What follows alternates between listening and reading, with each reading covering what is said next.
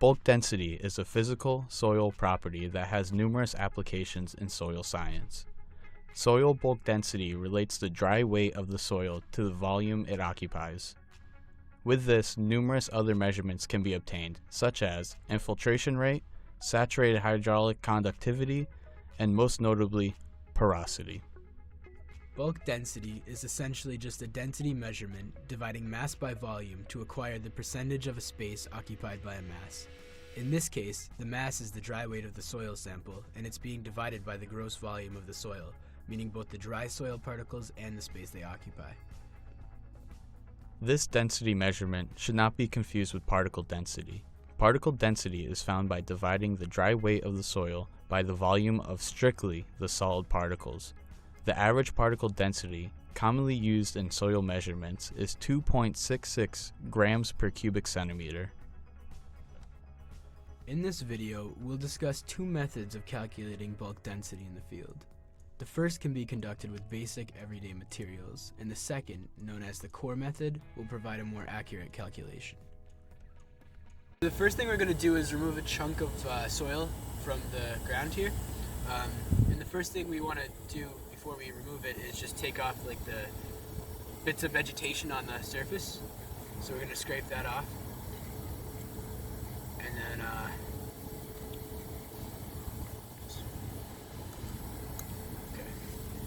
now I'm going to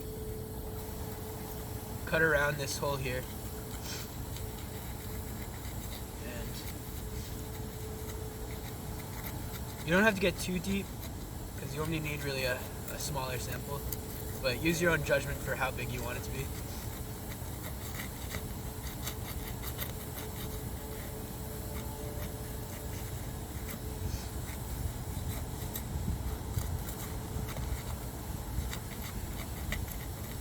Okay, I'm going to take a spoon here and put soil into this bag here.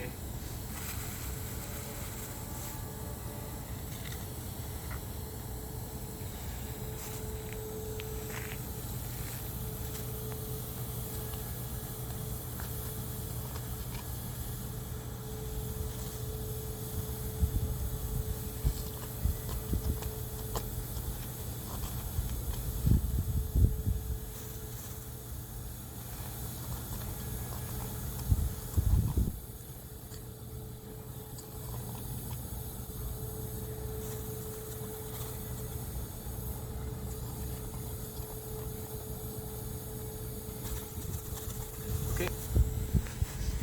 And then now we're going to take another plastic bag and fill the hole with it.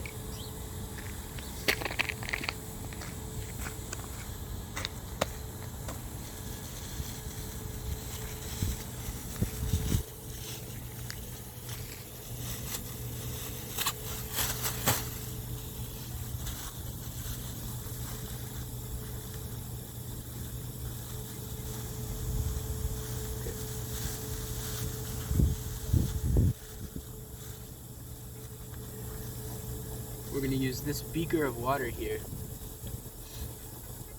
Fill the hole with this beaker.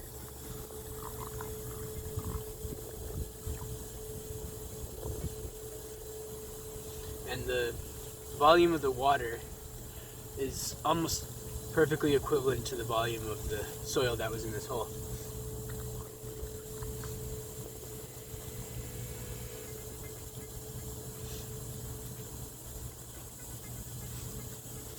You want to make sure that it's filled just about to the surface.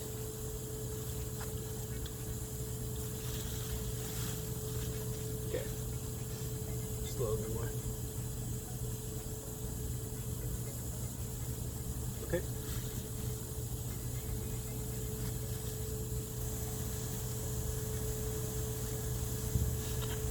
And then now we can dump out the remaining water in this beaker. And use this water to refill the beaker, and whatever the volume turns out to be will be our volume measurement. Put the water back into the beaker.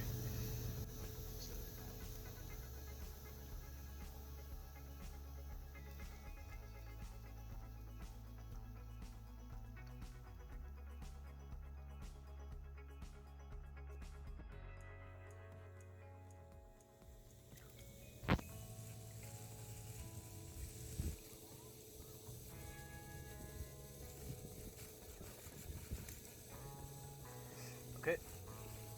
Alright, for the coring method, the first thing you want to do is actually scrape away whatever bit of O-layer that you actually have and get rid of most of the plant that will be covering your dirt or your soil. And then with a sturdy ring, you actually hammer it down in.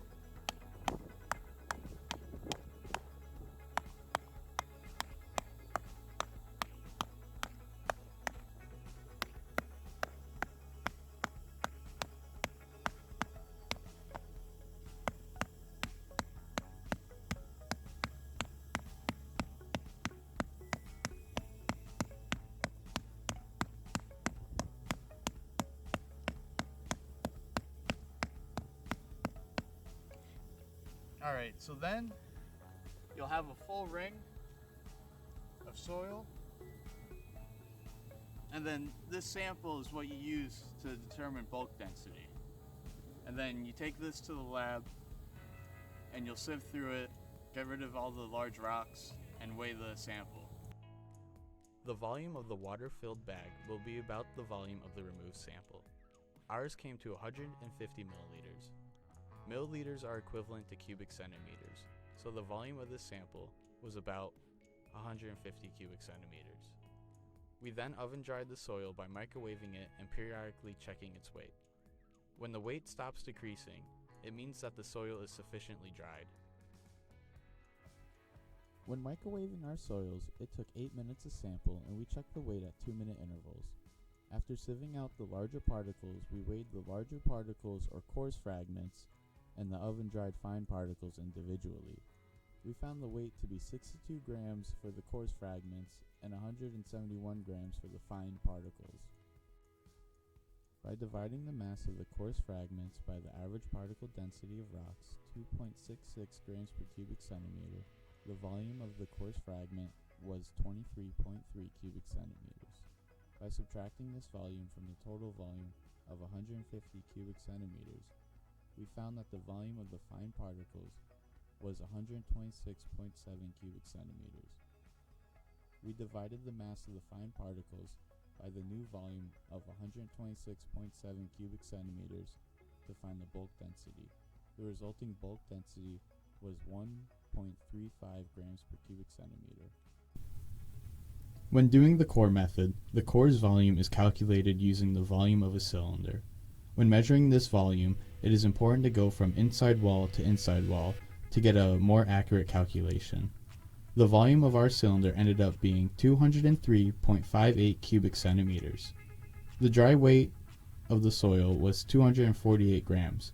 By dividing this mass by the volume of the cylinder, the bulk density was 1.22 grams per cubic centimeter. Soil bulk density is directly affected by the pore space in the soil, which is in turn affected by factors such as compaction, aggregation, and biotic factors such as plant roots. As soil is compressed, the pore space decreases, thus the volume decreases and the density increases. Subsoils are more compact, less aggregated, and less impacted by biotic factors, and thus their bulk densities are much higher. The ideal bulk density for plant growth is 1.3 grams per cubic centimeter. Subsoils can have bulk densities of 2.0 grams per cubic centimeters or greater. Higher bulk densities tend to be less desirable for most soil applications.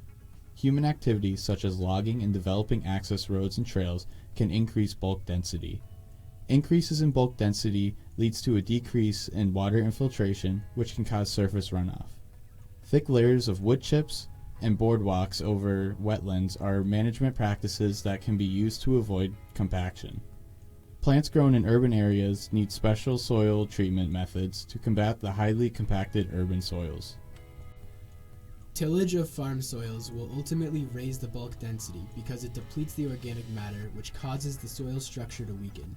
This increase can be minimized by habitually adding more organic matter and practicing crop rotation. Trucks and plows driving over the fields will also develop highly compacted plow pans, which may take years to recover. Compaction can result in yield reductions and a loss of profit, so it's best to minimize and properly time tillage and transportation of heavy equipment. Root growth is inhibited by high bulk density. The soil is more resistant to root penetration, there is poor aeration, Nutrients and water are transported more slowly, and there is a buildup of toxic gases and root exudates. Using proper soil management practices, land management industries can preserve the bulk density of their soil, allowing for better crop yield, less erosion, and overall preservation of land value.